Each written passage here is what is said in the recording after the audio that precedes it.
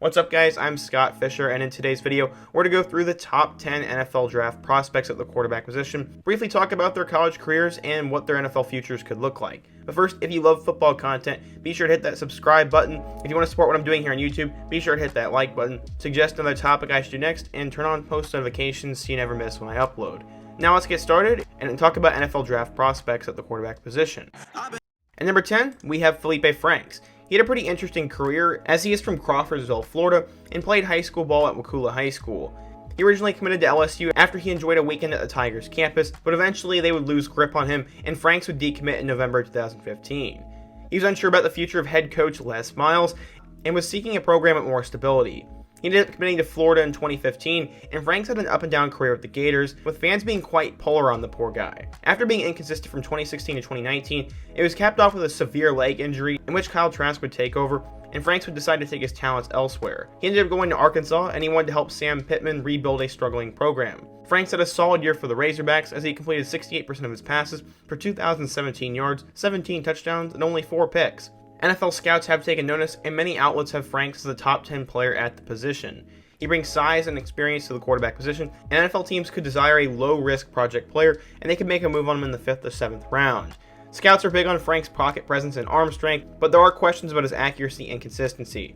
Only time will tell, but I do think Franks will hear his name called in the 6th or 7th round when it's all said and done. Jamie Newman is a name not a whole lot of people probably know, including college football fans. This is unfortunate, because Newman is a really talented quarterback who just didn't get too much attention playing at Wake Forest. Wake Forest is not a traditional college football power, and they did not receive a ton of media coverage like some other programs do. Jamie Newman hails from Graham, North Carolina, and he was a star there for 4 years and built a name for himself on the recruiting scene. He was rated as a 3-star prospect, the number 17 dual-threat quarterback, and the 649th player in his class by 24/7 Sports. He committed to Wake Forest in 2015 over West Virginia and Vanderbilt. He would have a solid career for the Demon Deacons, backing up John Wolford, and then eventually leading the team to an 8-5 record in 2019. Newman initially grad transferred to Georgia for the 2020 season, but ended up opting out to prepare for the 2021 NFL Draft. He is patient and poised in the pocket, he buys time for receivers, and allows plays to fully develop, which is what scouts like. He's also excellent on the run, and never really seems to panic and make a terrible play in the heat of the moment. He's kind of a low-risk, moderate-reward type of prospect, and I can see him earning a living as a serviceable backup in the NFL, and I think he's likely picked in the 6th or 7th round. At 8, we have Davis Mills. He's one of the least talked about quarterbacks in this year's draft class, but it's not due to a lack of talent. The hype for Mills was through the roof, as he's one of the best quarterbacks to ever come through Georgia, and he was the 15th overall player and a 5-star recruit in his class. He attended the high school in Norcross, Georgia, and ended up committing to Stanford on March 15th, picking them over Alabama and Georgia. Mills redshirted his first year and gained valuable experience, backing up and filling in for KJ Costello. Mills brings ideal size and experience to the quarterback position, and NFL teams have taken notice. Scouts rave about Mills' ball placement and anticipatory throws, 2 traits that are of utmost importance to NFL quarterbacks. Scouts additionally praise Mills' speed, at which he goes through his progressions, something that is often attributed to his critical thinking skills. Mills' most outstanding issue is his consistency and his lack of actual playing. He will have time to improve under an NFL coaching staff, and he's definitely a project player. Personally, I do see a lot of upside in Mills, and I can easily see him going as high as the 3rd round, and there might be some crazy team that takes him in the late 1st or 2nd round, but I think it's more likely seeing him as a day 2 pick. Kellen Mond is a name most people are familiar with in college football because he was seemingly at Texas A&M forever. He started 45 games throughout his college career for the Aggies, showcasing his durability while running for his life from SEC defensive lines. He originally committed to Art Briles and Baylor, however, the IMG standout backed off his pledge amid the scandal at Baylor. His recruitment was extremely competitive, and he held offers from big-time schools such as Ohio State, Bama, and Auburn. He was rated as a 4-star guy by 24/7 Sports and a top 100 guy, but he elected to remain close to home and went off to College Station to be with Kevin Sumlin at Texas A&M. He was thrown into the fire early, playing in his true freshman season against a whole slate of SEC stacked defenses. Mond was inconsistent through his first 2 years, but began to really get a feel for the game by his junior season. During the 2020 campaign, passing for 19 touchdowns and only 3 picks. Scouts took notice, and draft buzz began to build around Mond. His durability is exceptional, and NFL teams have value for players who can manage to stay healthy while taking hits. Teams also value his character, as he is a quiet dude, doesn't cause problems, and he's well liked by those around him. Mond has solid upside as an NFL prospect, and I think he'll go off the board by the 4th round or 3rd round. He's another guy that once again is very trendy right now, and could go a little bit higher, but I do think he's a 2nd-day pick. Kyle Trask was raised in Mannville, Texas, which is one of the most talented high school football towns in the country. His senior class sent 11 kids to Division I football, and that's just crazy. He was the backup behind De'Aaron King while he was there, Going into his senior year, he only had 3 offers, most notable of which was from McNeese State, and there's no knock on McNeese State, but that was not the best landing spot. He was spotted by an assistant coach from Florida though, and Jim McElwain decided to test Trask out, and he ended up offering him, and as we all know, Kyle Trask went there. He would battle injuries and back up Felipe Franks for the next couple of years, and eventually that injury in the Kentucky game to Franks would give him the opportunity he had been waiting for. He seized his chance and played well for the Gators. He played so well, in fact, that Franks left for Arkansas. Trask was excellent for the Gators in 2020, leading them to an 8-2 record in the SEC and to the SEC championship game, where they lose to Alabama in a shootout. After the game, he decided to forego the remainder of his senior season in order to prepare for the NFL draft. Trask is a very promising prospect with a legitimate high ceiling. He has the size and arm strength NFL teams desire and prioritize, and he's a project that in the right conditions could be a really good star at quarterback. Trask makes quality throws downfield with ease, but his accuracy is of marginal concern. I think Trask is one of the steals of the quarterback class, and he'll likely be off the board by the end of the 3rd round, maybe even the 2nd round. And he could be a good backup or maybe even a fringe starter down the road. Mac Jones was born in Jacksonville, Florida, and he comes from a family of athletes, with his dad playing tennis for Florida State and his sister playing tennis for college at Charleston. He had a football in his hand at an early age and was a star from the beginning. He grew up playing for the Bulls School in Jacksonville and was rated as a 3-star pro-style quarterback. He made a verbal commitment to Kentucky, but that would end up changing. He'd eventually flip to Alabama in June of 2016 after a stellar showing at the Elite 11 camp. Jones had this to say about the flip in his commitment. Quote, "I'd like to thank the University of Kentucky for recruiting me. However, an opportunity of a lifetime has presented itself for my family. I'm happy to say I'll continue my football and academic career at the University of Alabama. I am 100% committed. Roll Tide." Jones realized the opportunity he had with Alabama and made sure to fully capitalize on it. He was the first athlete from his area since Derrick Henry to commit to the Tide, and his decision made waves in local football.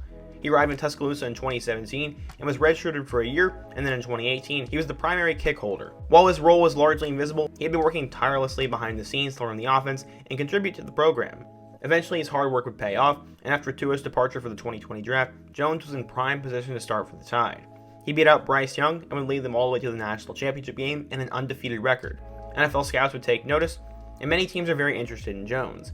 Teams like his high IQ and his calm and managed pocket presence. He tore apart the best defenses in college football with ease, and quite a bit of his game will translate well to the pro level. There's a stigma around Alabama quarterbacks, but I think Jones will be quite successful. Jones will be taken in the 1st round, and right now he is my favorite quarterback just because I see a little bit of Tom Brady in him. I think he'd be a great fit with a team that has a track record of developing quarterbacks, and I see a fit with the Patriots, Panthers, and 49ers, and I like all 3 of those. Trey Lance is probably the least popular name on this list, and it's not for a lack of talent. He plays for North Dakota State, a program that everyone knows, even for casual college football fans. He has a very unique skill set, and with his athleticism, he can be the best of any quarterback in this class. He's extremely mobile, with a professional pocket presence developed around his unique ability to extend plays. Scouts do worry about his accuracy and his lack of high-level competition, but I think he'll be alright. He's the riskiest of the top 5 quarterbacks, but still has a very high ceiling. The lack of quality competition does concern me a bit, but it looks like NFL teams are chomping at the bit to bring Lance into their clubhouse. He's likely going to be off the board by the end of the 1st round, and it's possible he can even be a top 10 pick. Personally, I kinda do think he'll be a bust, but I wish Trey Lance the best and hope he has a successful NFL career. Justin Fields was born and raised in Kennesaw, Georgia, a city around the Atlanta metro area. He started his last 2 years of his high school career and had electrifying plays that were seen all around the country. His senior year was cut short by an injury, but he still won Georgia's Mr. Football Award over the likes of Trevor Lawrence. On December 1st, 2016, he decided to shut down speculation, and he committed to Penn State and head coach James Franklin. He was intrigued by the quarterback play of Trace McSorley and envisioned himself as a replacement to Penn State in the future. However, in June, he decided to decommit from Penn State and reopened his recruitment. Offers had poured in from blue bloods across the country, and he would eventually take his talents to Georgia, where he spent his freshman year backing up Jake Fromm. He decided to transfer to Ohio State after the season and was granted immediate eligibility by the NCAA. In his first season with the Buckeyes, he impressed as he won the Big Ten championship and led the Buckeyes to a college football playoff semifinal appearance. After falling short to Clemson on the final play of the 2019 season due to a miscommunication with wide receiver Chris Olave, Fields worked tirelessly to get the Buckeyes back to the playoffs. They went 6-0 and earned a place in the 2020 college football playoff bracket. They dominated Clemson in a rematch of the 2019 semifinal, but then went on to lose to a superior Alabama squad. Fields decided to declare for the draft after this spectacular season, and he is all but guaranteed to be taken in the 1st round. He'll likely be a top 10 pick, and some say he's the whole package at quarterback. He has the athleticism to extend plays, he possesses the poise to maintain presence in the pocket, and many NFL teams are intrigued by him. He has a high ceiling with proper development, but the stigma around Ohio State quarterbacks is not helping him right now. Zach Wilson was born in Draper, Utah, and his uncle is actually the CEO of JetBlue. He played for Corner Canyon High School and built a big following in the Utah high school football community. He was a relatively unknown player though, as he was only a 3-star pro-style quarterback and barely in the top 1,000. He originally committed to Boise State, but then he decided to back off and decided to commit to BYU, and many thought he could go to Utah, but the Utes already had a quarterback by the name of Jack Tuttle signed, and he refused to let Whittingham recruit any other guys, and as we all know, Tuttle didn't play, and he's now in Indiana. This was a big get for BYU, as they were able to capitalize on Wilson's desire to stay close to home, as he played 9 games for BYU as a freshman, starting in 7 of them. He was serviceable for the Cougars, showing flashes of what he would later become. He started 9 games as a sophomore, before leading them to the Holiday Bowl and earning the MVP award. In 2020, he broke out onto the national stage, leading the Cougars to an 11-1 record and a victory over UCF in the Boca Raton Bowl. In one season, Wilson's remarkable play transformed him from a relatively unknown player into a household name, and if you didn't know, I predicted his rise earlier on in the season when I made a video back in early September saying he was the best hidden secret of the West Coast. NFL scouts have taken notice as well, with Wilson gradually rising up draft boards, and right now, many think he'll be going to the Jets. He's extremely patient in the pocket, and he enjoys a calm and collected presence to allow plays to develop. He's extremely accurate, and he forces some throws in the windows that seemingly are impossible for other players. He likely has the highest ceiling in the draft outside of Trevor Lawrence, and I think we'll likely see him taken at number 2 by the Jets. Trevor Lawrence came into college football as one of the most hype recruits of all time. He grew up in Tennessee and was compared to Peyton Manning. He came from Cartersville, Georgia, and he was rated as the number 1 player in the country and a 5-star prospect by 24/7 Sports.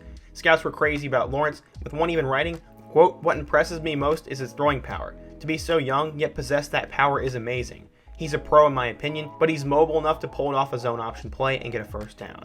He ended up committing to the Clemson Tigers over Georgia because Mark Richt did not make him a priority. This set the Tigers up for success for years to come, with Lawrence beating out Kelly Bryant for the starting job less than 4 games through his freshman year. He led the Tigers on an absolute tear, punctuating a stellar season with a 44-16 win over Alabama in the national title. With another 2 years at Clemson ahead of him, Lawrence had big things planned for himself and the Tigers. He led the Tigers back to the championship game during his sophomore year, and he beat Justin Fields in Ohio State in the semifinal game. However, the Tigers would fall short to a historically great Joe Burrow team. They made another consecutive trip to the college football playoff in 2020, but sadly, Ohio State would earn their revenge from the year prior, defeating them in a pretty embarrassing fashion. After his stellar junior campaign, he made the decision to declare for the 2021 NFL Draft, and is a presumed lock for the number 1 overall pick by the Jaguars and Urban Meyer. Lawrence is the best prospect we've seen in years, and I'm incredibly excited to see what he can accomplish at the next level. The sky's the limit for Trevor, and I really think he's going to make an instant impact for the Jaguars, and sadly my Colts will end up having to face him a couple times. I think he'll get a ton of endorsement deals, and I'm happy that he just got married, so the best of luck to him. So yeah, those are the top 10 quarterbacks in this year's draft, and this was a pretty lengthy video, and I hope I summarized it all pretty well. Let me know what you think of each guy, who you think the bust and who the boom player of this class will be, and what takes do you disagree with. Let me know down in the comment section, suggest another topic, video, coach, or player I could do next, and check out all my other videos, including all my NFL prospect videos in a playlist, including my video about Davis Mills. I hope to see you guys again soon, but until next time, peace.